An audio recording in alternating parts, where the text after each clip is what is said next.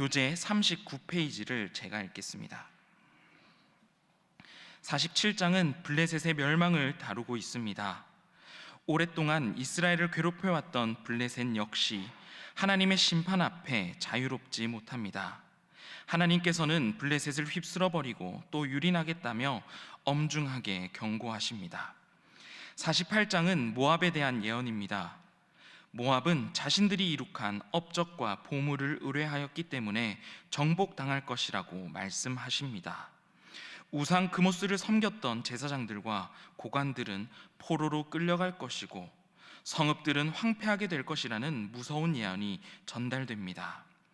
모압은 이웃나라인 이스라엘을 통해 여호와 하나님 신앙을 받아들일 기회가 많이 있었음에도 불구하고 이스라엘을 조롱하였기 때문에 결국 패망하게 됩니다. 오늘 먼저 읽었던 예레미야 47장은 블레셋의 멸망에 대해서 이야기하고 있습니다. 블레셋은 이스라엘이 가나안에 정착한 이후 계속해서 이스라엘을 가장 많이 괴롭혔던 나라이고 이스라엘과 전쟁도 많이 치렀던 나라입니다. 예레미야 47장 2절 말씀에 보면 물이 북쪽에서 일어나 물결치는 시내를 이룰 것이며 그 물이 홍수처럼 블레셋의 모든 성읍과 사람들을 휩쓸어 버릴 것을 예언하고 있습니다. 그리고 여기서 북쪽으로부터 오는 군대는 바벨론을 의미합니다. 즉 하나님께서는 바벨론을 심판의 도구로 사용하셔서 블레셋을 심판하시겠다는 것입니다. 3절 말씀을 보면 바벨론 군대가 쳐들어올 때 얼마나 두렵고 큰 환난인지 부모가 자기 자녀를 돌보지 못할 정도로 끔찍하고 큰 환난이 임할 것이라 예언하고 있습니다. 그리고 5절 말씀을 잘 살펴보면 내가 내 몸 베기를 어느 때까지 하겠느냐라는 표현이 등장합니다.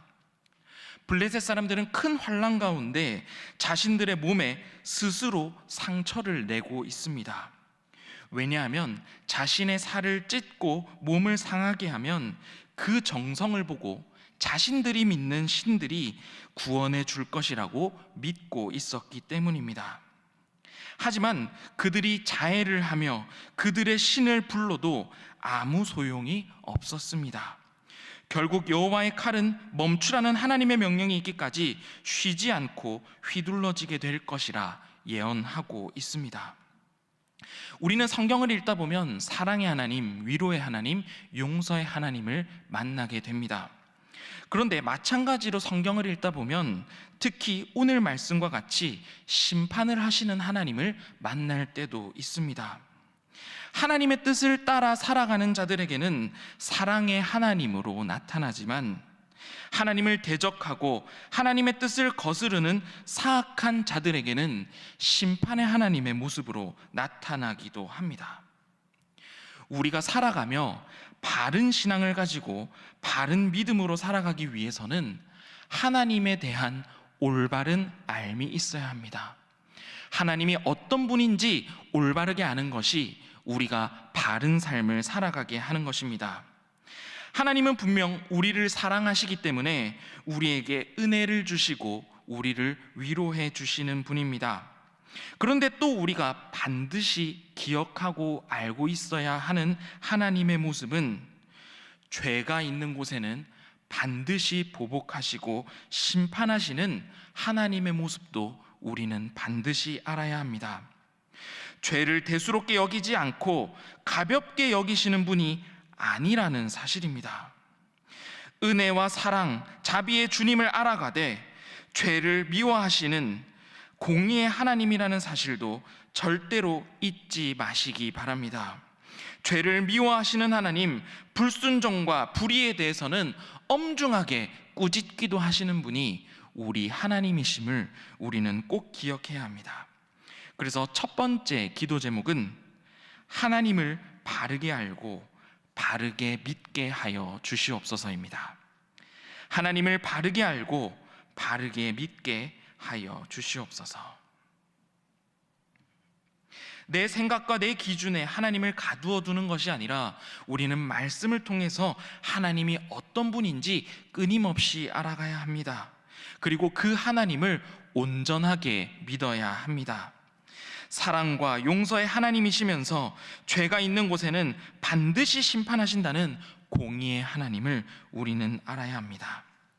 하나님을 바르게 알므로 은혜에 대해서는 감사하며 죄악에 대해서는 절대로 타협하지 아니하며 하나님을 두려워할 줄 아는 신일의 모든 성도님들이 되시기를 축복합니다. 48장에서는 모압에 대한 멸망이 이어서 나타나고 있습니다. 46장에는 애굽, 그리고 47장에는 블레셋, 그리고 48장에는 세 번째로 모압에 대한 예언을 다루고 있는 것입니다. 7절 전반절의 말씀을 제가 읽어보겠습니다. 내가 내 업적과 보물을 의뢰함으로 너도 정복을 당할 것이요. 여기서 업적은 노동을 해서 얻어낸 산물을 말합니다. 당시 모압은 오랜 기간 동안 국방을 튼튼하게 하기 위해서 견고한 요새를 만들었습니다. 그리고 그러한 것들을 자랑하였으며 자신들이 세운 그것들이 자신을 굳게 지켜줄 것이라 믿고 있었습니다. 그리고 또 보물을 의뢰하였다고 기록하고 있는데요, 보물은 그들이 많은 부를 축적하고 있었음을 보여주고 있습니다. 모압 땅은 비옥하고도 물이 많은 강을 중심으로 해서 농산물이 풍부했고 그들은 갖가지 농산물과 생산품들을 축적하며 많은 부를 가지고 있었음을 알 수 있습니다. 자신들이 이뤄놓은 일, 그리고 소유한 재물로 인해서 그들은 영원한 번영을 누릴 수 있을 것이라고 착각하고 있었던 것입니다. 그리고 14절 말씀입니다. 너희가 어찌하여 말하기를 우리는 용사요 능란한 전사라 하느냐. 모압은 자기 자신들을 스스로 용사다, 자기 자신을 스스로 전사라고 말하고 있습니다.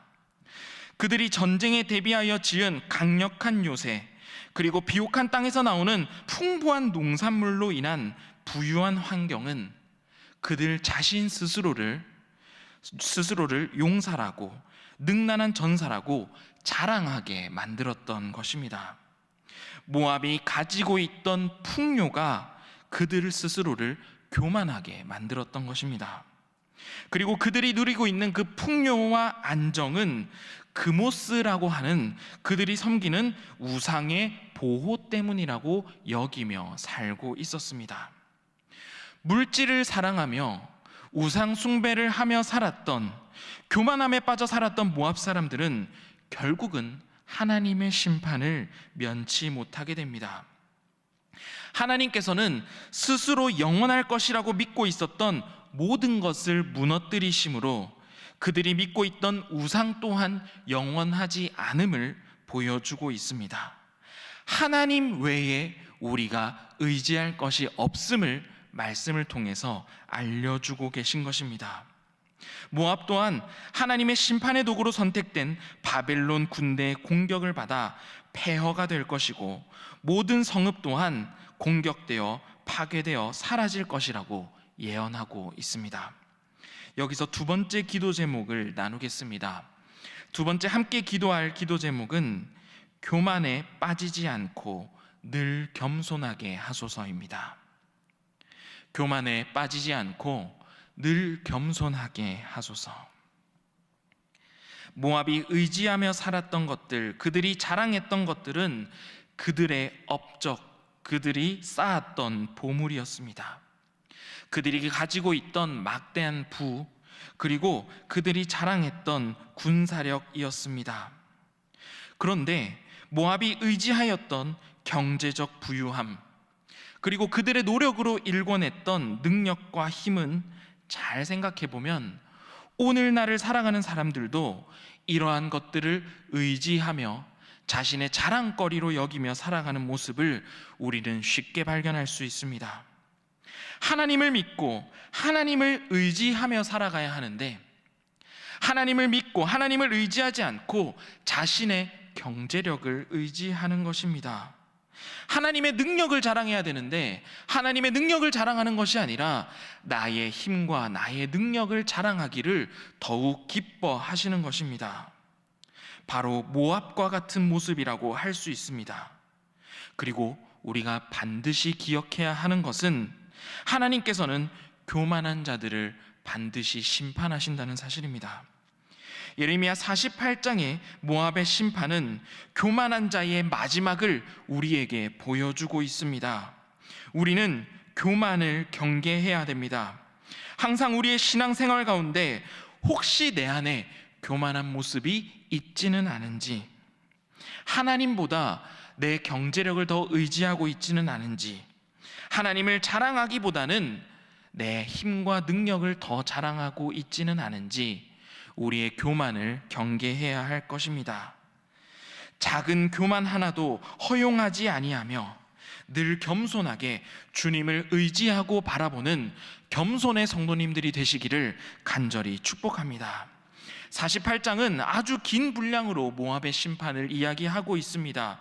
그런데 48장의 마지막 절에는 하나님의 심판 이후에 회복에 대한 메시지로 끝나는 것을 볼 수가 있습니다. 47절의 말씀 제가 읽어보겠습니다. 그러나 내가 마지막 날에는 모압의 포로를 돌려보내리라. 여호와의 말씀이니라. 모압의 심판이 여기까지니라. 가장 마지막 47절의 말씀은 모압을 멸망시킨 후에 여호와께서 모압을 회복시킬 것이라 선언하고 있습니다.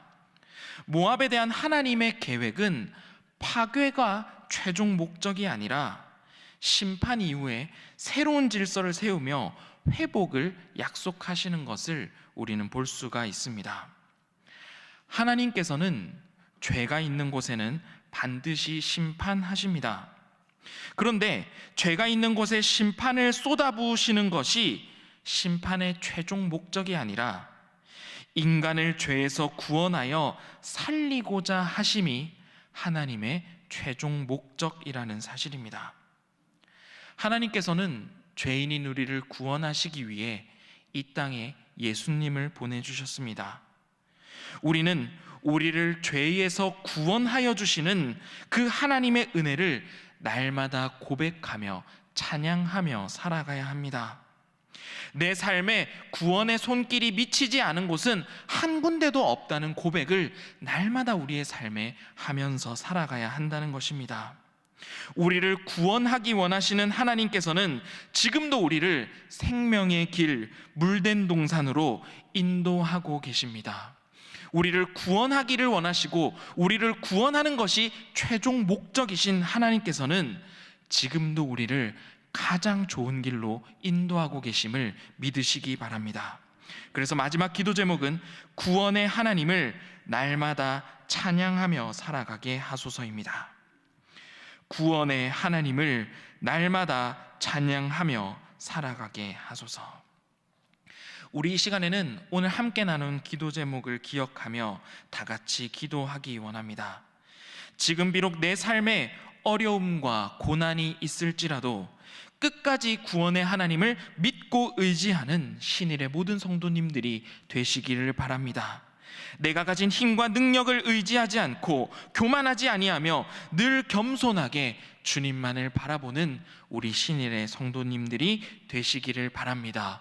구원의 하나님께서는 지금도 가장 좋은 길로 자신의 백성들을 이끌어 나가고 계십니다. 우리 함께 기도 제목을 기억하며 다 같이 기도하겠습니다. 주여 믿습니다. 주여 믿습니다. 주여 믿습니다.